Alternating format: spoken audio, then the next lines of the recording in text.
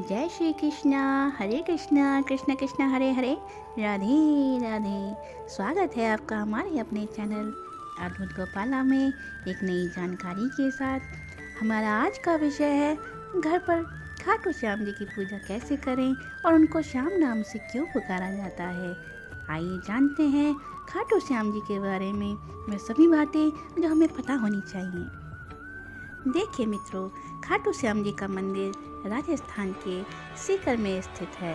खाटू श्याम जी का संबंध सीधे महाभारत काल से है। खाटू श्याम जी को भगवान श्री कृष्ण से वरदान मिला था कि वे कलयुग में उनके नाम श्याम से पूजे जाएंगे। भगवान खाटू श्याम नरेश अपने भक्तों पर विशेष कृपा करते हैं और आज के युग में भक्तों के मन में खाटू श्याम जी के प्रति इतनी श्रद्धा है कि वे दूर दूर से पैदल चलकर खाटू नगरी आते हैं। सच्चे मन से खाटू श्याम जी के दर्शन मात्र से भक्त के सभी दुख दूर होते हैं। जो भक्त खाटू श्याम जी के द्वार नहीं पहुंच पाते वे घर पर रहकर ही खाटू श्याम जी की पूजा करके उन्हें प्रसन्न कर सकते हैं।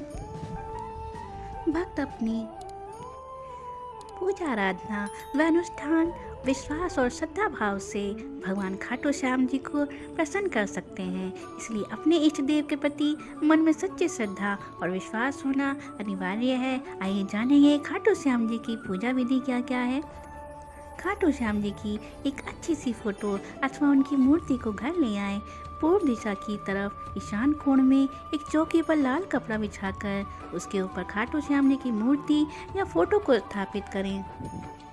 धूप दीप भोग चूरमा मावे के पेड़े, एक पात्र में जल, पुष्पमाला, वस्त्र आदि ये सभी पूजा सामग्री अपने पास रखें। यदि आपके पास खाटू श्याम जी की फोटो है तो आप उस पर जल के छींटे लगाकर मन ही मन में उन्हें स्नान कराएं। यदि आपके पास छोटी मूर्ति रूप में श्याम जी हैं तो आप पंचामृत के मिश्रण से उन्हें स्नान कराएं, फिर शुद्ध गंगा जल से स्नान कराएं और उससे फिर मुलायम कपड़े से उनकी मूर्ति को साफ करें। इसके पश्चात आप श्याम जी को स्वच्छ वस्त्र पहनाएं, अब पुष्पमाला पहनाएं और अन्य श्रृंगार आदि करें, उन्हें पुष्प अर्पित करें। इतना करने के उपरांत अब आप घी का दीपक जलाएं, धूप जलाएं। अब इसके बाद आप श्याम बाबा के भोग लगाएं। मित्रों, अब हम जानेंगे कि आखिर कौन है बाबा खाटू श्याम जी। बाबा खाटू श्याम जी का संबंध महाभारत काल से माना जाता है। यह पांडु पुत्र भीम के पुत्र थे। पौराणिक कथा के अनुसार खाटू श्याम की अपार शक्ति और क्षमता से प्रभावित होकर श्री कृष्ण ने इन्हें कलयुग में अपने नाम से पूजे जाने का वरदान दिया था। खाटू श्याम जी की पूरी कथा सुनते हैं मित्रों। वनवास के दौरान जब पांडव अपनी जान बचाते हुए भटक रहे थे तब भीम का सामना हिडिंबा नाम की एक राक्षसी से हुआ था। यह भीम को अपने पति के रूप में प्राप्त करना चाहती थी। माता कुंती की आज्ञा से भीम और हिडिंबा का विवाह हुआ, जिससे उन्हें घटोत्कच का जन्म हुआ। घटोत्कच का पुत्र भी हुआ जिसका नाम बर्बरिक हुआ। वह अपने पिता से भी ज़्यादा शक्तिशाली और मायावी था। बर्बरिक देवी का उपासक था। देवी के वरदान से उसे 3 दिव्य प्राण प्राप्त हुए थे जो अपने लक्ष्य को भेद कर वापस लौट आते थे। इनकी वजह से बर्बरिक अजय हो गया था। महाभारत के युद्ध के समय बर्बरिक युद्ध देखने के इरादे से कुरुक्षेत्र आ रहा था। श्री कृष्ण जानते थे कि अगर बर्बरिक युद्ध में शामिल हुए तो परिणाम पांडवों के विरुद्ध होगा। बर्बरिक को रोकने के लिए श्री कृष्ण ने एक गरीब ब्राह्मण का रूप बनाया और उनके सामने आए।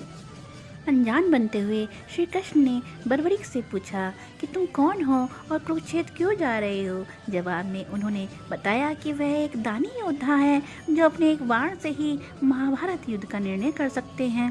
श्री कृष्ण ने उनकी परीक्षा लेनी चाहिए तो उन्होंने एक बाण चलाया जिससे पीपल के पेड़ के सारे पत्तों को छेद हो गया। एक पत्ता श्री कृष्ण जी ने अपने पैर के नीचे छुपा लिया जिससे वह बाण पैर के ऊपर हवा में रुक गया।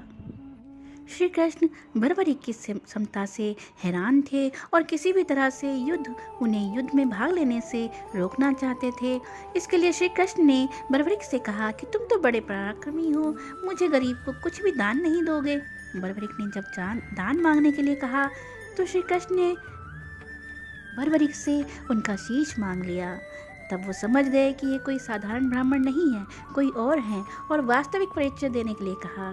तब श्री कृष्ण ने अपना वास्तविक परिचय दिया तो बर्बरिक ने खुशी खुशी शीश दान देना स्वीकार किया।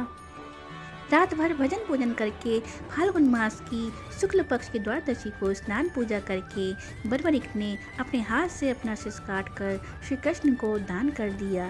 शीश दान से पहले बर्बरिक ने श्री कृष्ण से युद्ध देखने की इच्छा जताई थी, इसलिए श्री कृष्ण ने बर्बरिक के कटे शीश को युद्ध के अवलोकन के लिए एक ऊंचे स्थान पर स्थापित कर दिया।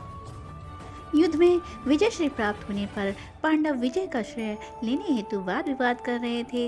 तब श्री कृष्ण ने कहा कि इसका निर्णय बर्बरिक का शीश कर सकता है, क्योंकि वही है जिसने अपनी आंखों से संपूर्ण युद्ध को देखा है। बर्बरिक के शीश ने बताया कि युद्ध में श्री कृष्ण का सुदर्शन चक्र चल रहा था, जिससे कटे हुए की तरह योद्धा रणभूमि में गिर रहे थे और द्रौपदी महाकाली के रूप में रक्त का पान कर रही थी। तब श्री कृष्ण जी ने प्रसन्न होकर बर्बरिक के उस कटे सिर को वरदान दिया कि कलयुग में तुम मेरे श्याम नाम से पूजे जाओगे। तुम्हारा स्मरण मास से ही भक्तों का कल्याण होगा और धर्म अर्थ काम मोक्ष की प्राप्ति होगी। स्वप्न दर्शनों के उपरांत बाबा श्याम खाटू श्याम धाम में स्थित श्याम कुंड से प्रकट हुए थे। भक्तों की इस मंदिर में इतनी आस्था है कि वह अपने सुखों का श्रेय उन्हीं को देते हैं। भक्त बताते हैं कि बाबा खाटू श्याम सभी मनोकामना पूरी करते हैं। खाटू धाम में आस लगाने वालों की झोली बाबा खाली नहीं रखते। बोलो हारे के सहारे खाटू श्याम जी की जय। जय श्री कृष्णा, हरे कृष्णा कृष्ण कृष्ण हरे हरे, राधे राधे।